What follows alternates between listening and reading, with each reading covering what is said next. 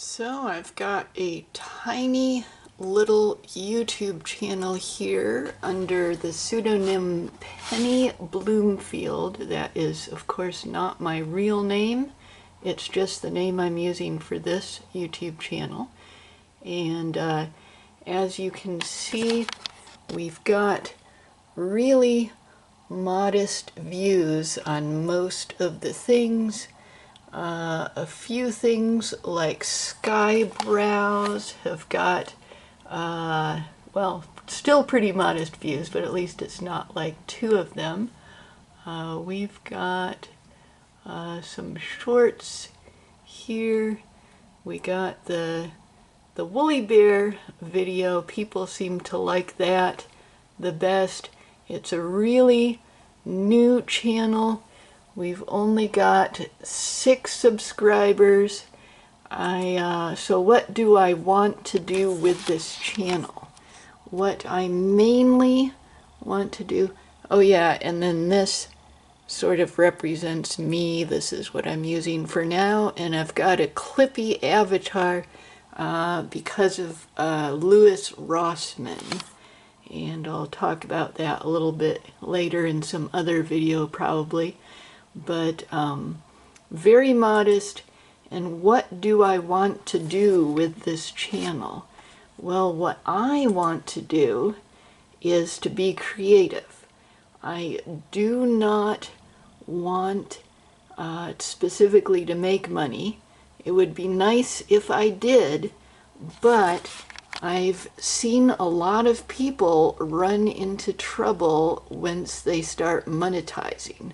Either you can't make much money, or you can make money, but then weird things happen like parasocial relationships and all that stuff. And then of course there's tons and tons of people trying to convince you to make money, and I am just maybe gonna make some pennies off of it. You know, there's some pennies in my snood right there, as we say. So let's see. So I did want to show you a little bit of this guy here. So this guy, upper echelon. Yeah, he's really good at going into details about stuff. And one thing I do not want to be is a slop channel. Right now, so this video is 13 minutes long, and I'm probably only going to watch the last like maybe 3 or 4 minutes of it, because that's where the really good stuff is. But you could watch the entire video. I wanted to show you something. So this video here popped up, and it says starting YouTube in the age of AI, and it's got a really dramatic thumbnail here. Can I do this? So this is a suggestion. I have not watched it yet. Let's pop into it and see what kind of advice they're trying to give to me. Starting later doesn't mean starting behind. Oh, why did it do that? Okay. I guess because I tried to preview on the page a little bit, it went forward. Okay. I don't like it when YouTube did that. I didn't actually watch it, it just sort of went forward because I did the hover over it kind of thing like this. So, okay. So let's watch this a little bit. YouTube creator in 2026. You're probably also wondering if you've already missed your chance. It feels like everyone else started years ago, and now AI can generate content at a scale no single human can match. That combination creates one dominant feeling: hesitation. Hesitation, not competition, is... Yeah, so why did I not start a channel years ago? Well, I kind of did actually. In the early to mid 2000s, I would occasionally do things like, you know, film birds doing weird things and then upload it to YouTube.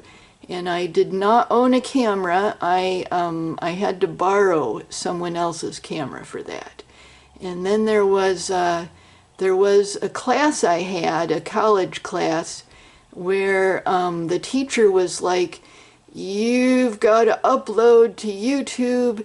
You got to do your projects on YouTube and upload them, and your real name has to be on your project on YouTube."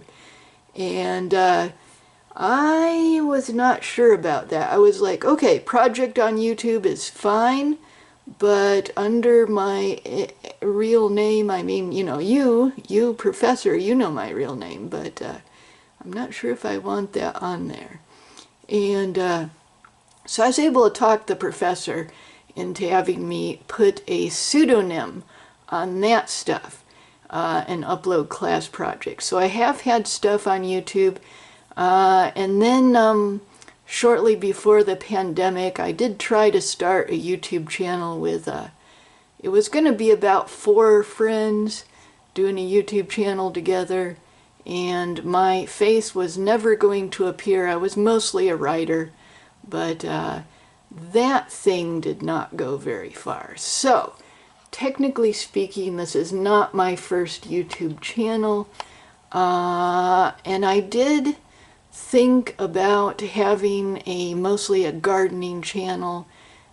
Years ago, I've got so much footage that I could do gardening, yarn, all kinds of subjects I've been interested in. I built up footage for years, but I never started a YouTube channel for that stuff. Like, I was thinking of doing it.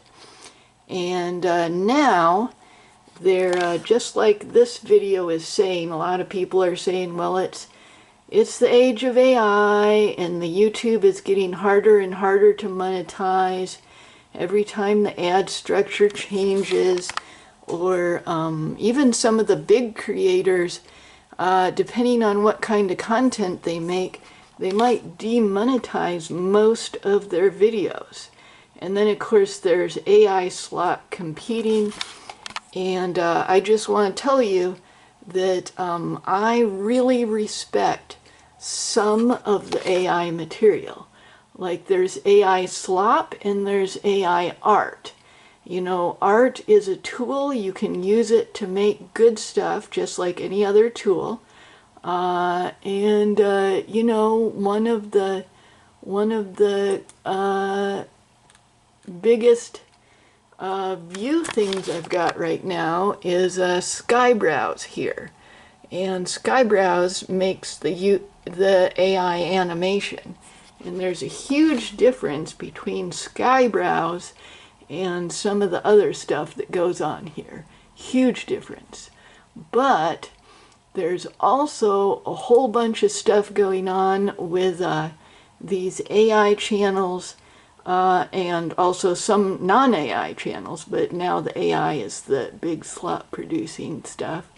Let's go, I think, okay, so in the first part of the video, Upper Echelon is summarizing all the stuff about numerous AI channels, and it's technically not plagiarism when AI channels copy each other, because, you know, there's some rewriting, remixing, new creative stuff, but even if it's not plagiarism, it's super, super close to plagiarism, and it's really skeevy to have a whole bunch of AI channels copying each other. And if you go down into the comments, you can see, let's see, there's it says here, it says the shovel merchants are stealing shovels from each other. Yep, and this says, this situation isn't just a human centipede, it's a human centipede combined with an Ouroboros, and that's the snake eating its tail, which is a really old symbol. And yeah, and it's the same It's the same pyramid scheme paradigm as I'll make you rich by teaching you how to make a course, teaching people how to make a course to teach people how to make a course. Yeah, so it's a bunch of this stuff going on, and really interesting. And so let's go, let's see, I think the super interesting stuff is right around here. Yep, so there's a whole bunch of these guys doing this. Let's look at what upper echelon. Oh wait, let's pause that ad. Okay, we don't wanna look at that ad. Let's wait till it's done. Okay, let's go up. Okay, now we can skip it. Okay. Go to website. No, go to website. No, don't do that. Come on, stop trying to load the ad. Okay. There we go. Okay, come on. Okay, let me stop there. I don't have anything nice to say. These gurus, right, gurus, all made responses. AI is not actually bad, yada yada. But this guy, Danny Y, goes on this monologue about how he's sorry and he'll take the video down. He apologizes profusely and he knows how it feels, as in it feels bad and he doesn't like it. Because he made some sort of viral YouTube thumbnail template at some point, and now everybody copies it from him. Oh, yeah. So the thumbnail for this video is an imitation of the Danny Y thumbnail templates. So that's so yeah, the thumbnail for this video is a joke, and it's based on this. So there it is. It's basically just him with this whole like get monetized turbo clickbait, where he points at the dashboard with his finger with like a green number, and it's just completely fake stats. Okay, like it's not just clickbait, it's a lie in the thumbnail. But wait a second, because do you remember Carl, little faceless Carl from the very beginning of the video? Yeah, Carl is one of the people who now steals that thumbnail. We've come full circle back around. They all hate each other for stealing ideas and content while they teach thousands and thousands of people, and get rich in the process, I might add, with an entire education course about how to fucking steal ideas and content. They don't like it when their own goddamn peers use the same industry tricks on them, but they're fine making $500,000 from desperate people while misleading them into believing that they can make unrealistic amounts on YouTube with like straight up lies in the thumbnails and directly advising them to go scrape scripts out of videos and steal. The very same way that they steal from each other, which they hate and complain about. These people, oh my god. Yeah, this scraping material is AI assisted now, but it's actually a very old thing on the internet. I remember some of my really early websites back around the turn of the millennium. They were things that there were all these scraper blogs that kept scraping them. And I used to like contact these places and wikis that would copy stuff from my websites and stuff like that. I'd contact them, and most of them I was able to get them taken down. I'd be like, hey, you know, I got a little bit of your website on your wiki, or you got a little bit of my website on your blog. And I was able to get them taken down a lot, but there were a lot of bots that would go all around the website and copy stuff. And eventually I just stopped doing it because it got harder and harder to get the stuff taken down. And I was like, well, I don't really care. I'm not gonna bother with that anymore. So this is an old thing, but now it's AI assisted. And upper echelon here, he's got a lot of information in this video about how these guys take you know, newspaper articles or other people's YouTube videos or whatever, shovel them into an AI and make a faceless YouTube channel that's all AI, and that's the exact opposite of what I want to be. I want to be a no monetization or low monetization video. And what I want is, well, I mean, the idea that I might get up to the level where I can monetize I mean, even if my channel blows up, it'll probably like take a year or more.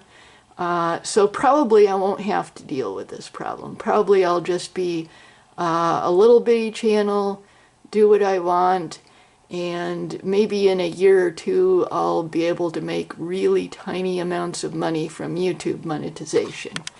And there's also money that you can make from things like sponsorships, Patreon, and all kinds of stuff like that. And I do not want to really do that. I have a dislike towards it. So I do not want. So if my channel for some reason did really blow up, and also my financial situation was such that I really needed the money, I might monetize it. But basically my demonetization pledge is that I will not monetize unless my channel is more than a year old, or unless I get at least 100,000 subscribers, and probably not even then. I don't want to monetize. I don't want to redirect people to Patreon. There's a lot of people that, you know, they pay these monthly things, and here, let me show you. Let me show you a real book. So this here is a real book, you know. I mean, it's the Farmer's Almanac. It's a little old thing that you can just buy. I'm not advertising it. I'm not sponsored by it. I'm not endorsed by it. They have no idea. They have no idea that I am showing this. But when I pay for that, the money is a one-time payment. And any book that I get is a one-time payment. And like, let's see, what else do I have? I've got a quilting book hanging around here. All this stuff, you go out and you buy a book, and it's a one-time payment. And the material's already created, and then you pay for it because you like it, and that's that. The stuff on that's grown up around the internet, where you subscribe to everything, you know, the Patreons, you pay $1 a month or something. If I get monetized, I want to arrange something where people pay me for what I've already produced, and they pay me maybe once a year. And it's not a recurring automatic thing, they decide to pay me. So I'm going to look into something that I can set up like that, because I don't want to depend on YouTube monetization. There's a lot of intricate rules and weird BS that you have to go through, and hopefully I can manage to not monetize on YouTube, or take a real long time till I do so. And that is the plan. I don't totally promise to never monetize, but I'm hoping to put it off for a long time and maybe never do it. I would much rather have a once a year payment that is totally volunteer, and the people that do it aren't having anything automatically brought out of their paycheck or anything. They're just they say, hey, I remember Penny Bloomfield. I liked some of her stuff I've seen over the last year, so I guess I'll go to her once a year monetization event and, you know, give her $5. So something like that is what I have the idea of getting set up. So that is my plan, to be a small, non-monetized channel, and even if I do happen to blow up or something, to do monetization in a weird way. I don't want to do it in a normal way, and I mostly want to have fun here. I think a lot of these things are right, that it's harder and harder to monetize, and a lot of people are leaving YouTube. I don't know what'll happen, but I want to not monetize or keep it going on in a weird way. Yeah, I want to do things in a weird way if I do. And I would like to do that. So, this guy, upper echelon, he's a real big channel, but he sort of got shadow banned a few years ago. YouTube doesn't like to show his stuff as much as it used to. His stuff used to pop up all the time, and then it stopped popping up very much. Yeah, it stopped popping up very much. Okay, so that is the video. A little something about my plans, and I'm could be totally wrong about everything. Maybe I will just be tiny forever, or maybe if I do blow up, I'll be moderate for a little while and then go back to being tiny. It's extremely hard to predict how these things go, but I am hoping to avoid monetization troubles by not monetizing, or if I do monetize, not do it in any way that's normal. And I do pledge to try my very best to not monetize YouTube until I have had a channel for more than a year, so that would be like 2027, or until I have gotten at least 100,000 subscribers, and probably a lot more than that if I want to monetize. And then let's look at the soft little darling. Yeah, look at you. Look at you. You good. Yeah, you're good. You're good. Special and good, yes.